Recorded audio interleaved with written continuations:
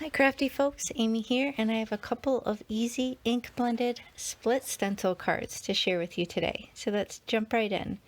Now here I'm showing you one of my big 3-ring binders. This is where I store some of my stencils from A Colorful Life Designs. I have them kind of separated by category because if you're familiar with the shop, then you know she has all sorts of different really cool categories like edgers and layered and split stencils.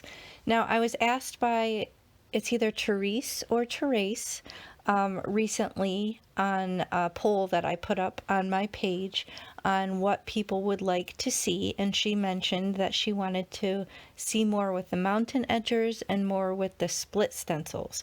So this is for you. I'm going to pull a couple of these split stencils. This right here is the Split Mandala stencil, and then also I'm going to use this one here when I flip back to it, but it's called Layered Split Ornament. And those are the two that I'm going to be using today. You can see I have pixie spray on it, so it's a little bit difficult to pull out, but I actually don't mind it when it has pixie spray because then it kind of just holds it in place in my binder, and then I can see it clearly when I'm flipping through. So now I have to go back and find that split mandala. Oh, there it is. But I'm going to use these two, one on each card, and they'll both be single layer. Here's a photo of the first card. I'm basically just going to press it down onto a card base. This is a 110-pound cardstock, and it does have that residual pixie spray on it, so I'm just going to use my brayer to push it down. Now, I was being a little lazy. It probably could have used a little bit more pixie spray, if I'm honest, because this is a delicate stencil. You can see there's very fine lines and little delicate bits, so definitely do yourself a favor and use pixie spray on this particular stencil. But I have this Spa Collection ink pad set from Catherine Pooler, and I have this little tool from Simon Says Stamp to kind of help me hold my ink pads in place while I blend. And I am using blending brushes from the Rabbit Hole Designs. Now, you've probably seen me use these for quite a while now. They were out of stock in the shop, but they are back now. So I will link those as well as any other products in the video description box below if you expand and scroll down. But I'm just working through a myriad of colors and using this little Positively Everything tool when I remember to use it. I'm still getting used to it. It's brand new. It just came in a recent order. So you can see in a moment, I'll just start blending away here like, oh yeah, I have the tool. You're not even using it. So I'm working through these 4 colors throughout the composition, and I did pick colors that I knew got along well with one another.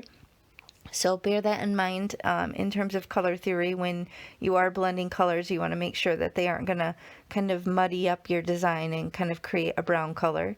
So I do come back in. I really want to pop up that yellow and make it stand out a lot more. So I do come back in and add more ink just to really saturate that paper and make sure that the middle part of the design really stands out. But these stencils from A Colorful Life Designs, there's a whole set of these split stencils, and I've never seen any like it. They're just so unique and create such an awesome design on your card with, as you can see, very little effort. So very unique. And this would be perfect for a masculine type of card or a gender neutral. Now here is the split mandala. I'm just kind of figuring out where I want to lay it out on this card base, and I'll show you a photo of this card. You can see I came in with more warm hues, but still the same ink set from Catherine Pooler. And I decide to use the purple, the royal treatment, the peppermint scrub, mandarin spice, and I can't think that last one if that's tiara. I'm not sure what that one's called, but either way, they came in that same set together.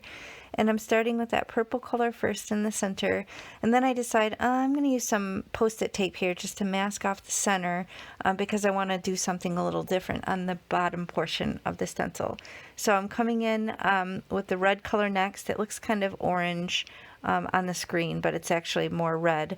And then come in with the orange and the yellow, and then just blend out to the end of the card base. So these single layer cards, super flat, easy to ship, but they're not, lacking in the wow factor, and that's the beauty of these intricate, awesome designs from the shop. So if you're not familiar with the Colorful Life Designs, it's a small woman-owned business in Texas. She makes all the stencils herself, and there is just hundreds, if not thousands, to choose from. So if you aren't familiar, definitely check out the links below my video and check out the shop, because there are just so many. Now here you can see on that first one, I was trying to go opposite color, so starting with yellow into orange and red and purple, and I grabbed, I think, either the orange or the red blending brush and started to blend with the yellow. So you can see it's not quite as bright of a yellow in the center like I intended, but oh well, it all works. So again, I'm just going the opposite rotation of colors from what I did on the top, and I'm just going to remove this masking tape and pull back the stencil, and voila. And I love that little strip in the center because it's perfect for a sentiment on your design, or in this case, simple strips. These are Tailored Expression simple strips. I use them all the time. They make the stamps, the dies, and those cool little storage containers. And I do have it white heat embossed on black cardstock.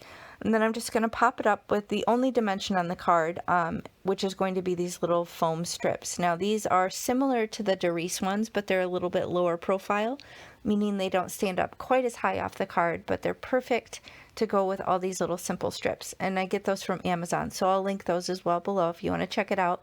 You get a ton in a pack, and it's a really good price point. So I'm just going to liquid glue the second sentiment on the inside. And you can go a step further. I didn't in this, but you could take your stencil and then just do some ink blending, very light-handed with like the residual ink on your brush, and just kind of continue the design on the inside of the card.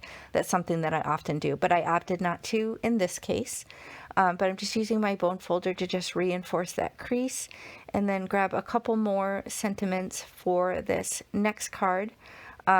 This one I'm turning into a birthday card, but I thought that lime green cardstock went really well with the colors that I chose for this design. So again, picking one for the front and one for the inside, and I will pop up the one on the front again with that foam tape and liquid glue the inside.